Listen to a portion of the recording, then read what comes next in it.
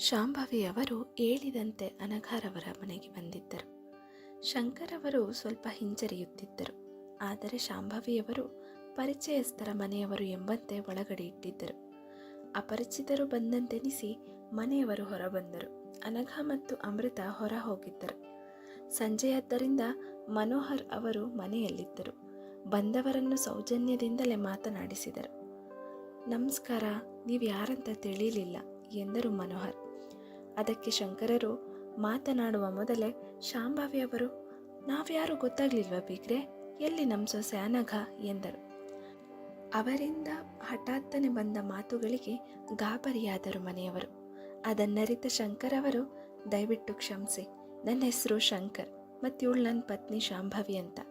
ನಿಮ್ಮೊಡನೆ ಮಾತನಾಡಲು ಬಂದಿದ್ದೇವೆ, ಕೂರ್ಬೋದಾ ನಾವು ಎಂದರು ವಿನಯದಿಂದ. ಅದಕ್ಕೆ ಮನೋಹರ್ ಅವರು, ಕೂತ್ಕೊಳ್ಳಿ ಎಂದರು. ತಮ್ಮ ಹೆಸರು ಎಂದರು ಶಂಕರ್.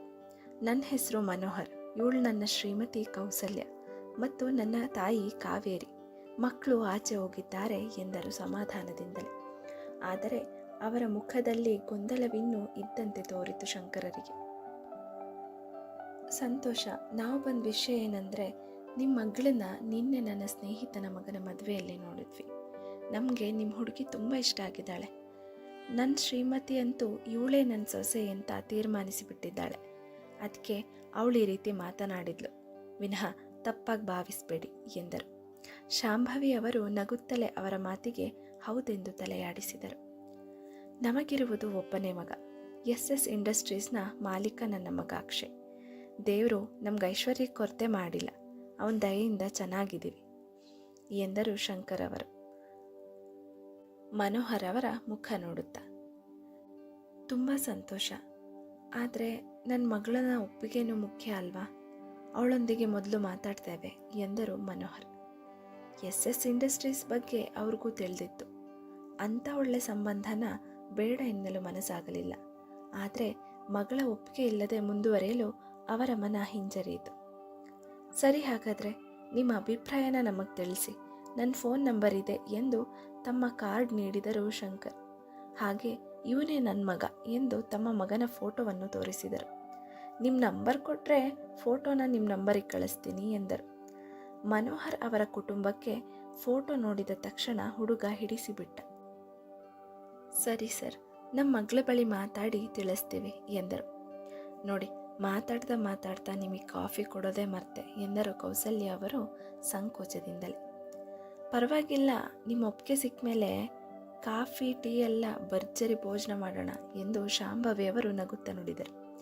ಸರಿ, ನಾವಿನ್ನು ಹೊರಡ್ತೀವಿ ಎಂದರು ಶಂಕರರು. ಹೊರಟ ದಂಪತಿಗಳಿಬ್ಬರ ಮನಸ್ಸು ಹಗುರಾದಂತೆ ಸಂಭ್ರಮಿಸುತ್ತಿದ್ದರು. ಕೌಸಲ್ಯ ಅವರು, ನನಗೇನೋ ಈ ಸಂಬಂಧ ಚೆನ್ನಾಗಿದೆ ಅನಿಸುತ್ತೆ ಅಂದರೆ. ಅತ್ತೆ, ನೀವೇನು ಹೇಳ್ತೀರಾ ಎಂದು ಕಾವೇರಿಯವರ ಕಡೆ ನೋಡಿದರು.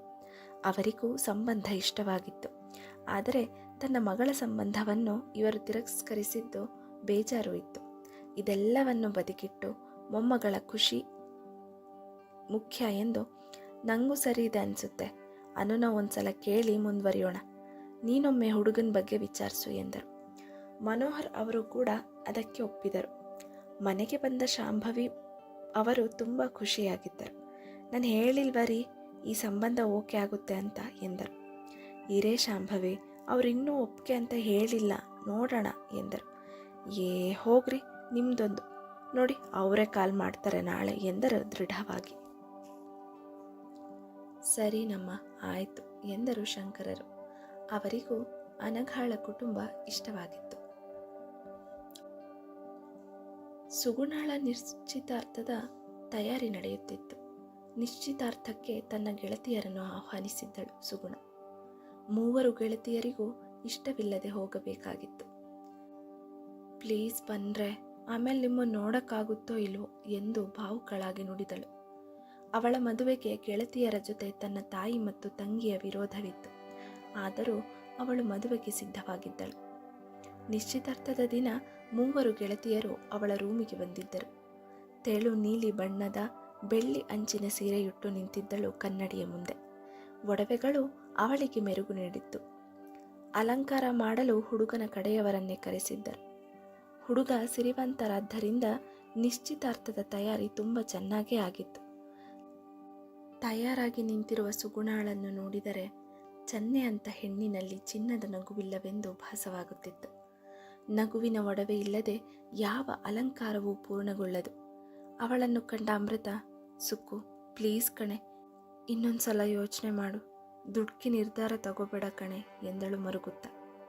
ಅಯ್ಯೋ ಅಮ್ಮು, ನಾನು ಖುಷಿಯಿಂದಲೇ ರೆಡಿಯಾಗಿದ್ದೀನಲ್ಲ, ನೋಡು ಎಲ್ಲರೂ ಖುಷಿಯಾಗಿದ್ದಾರೆ, ನಮ್ಮ ಅತ್ತೆ ಮಾವರು ಕೂಡ ಒಳ್ಳೆಯವರೇ ಎಂದಳು ತನ್ನ ದುಃಖ ಮರೆಮಾಚಿ. ಅಮೃತ ಮತ್ತೇನೂ ಹೇಳದೆ ಸುಮ್ಮನಾದಳು. ಅಷ್ಟರಲ್ಲಿ ಗಂಡಿನ ಕಡೆಯವರು ಒಂದಿಬ್ಬರು ಬಂದು ಅವಳನ್ನು ನಿಶ್ಚಿತಾರ್ಥದ ವೇದಿಕೆಗೆ ಕರೆದುಕೊಂಡು ಹೋದರು.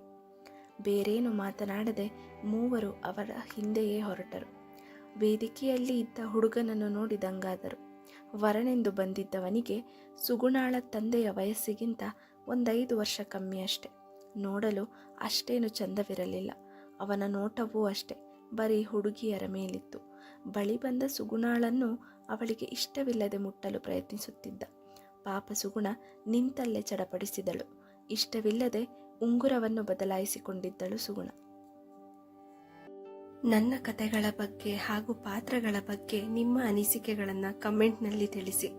ಹಾಗೂ ಈ ಕತೆ ಇಷ್ಟ ಆದರೆ ದಯವಿಟ್ಟು ಲೈಕ್ ಮಾಡಿ, ಶೇರ್ ಮಾಡೋದರ ಜೊತೆಗೆ ಸಬ್ಸ್ಕ್ರೈಬ್ ಮಾಡಿ. ಧನ್ಯವಾದಗಳು.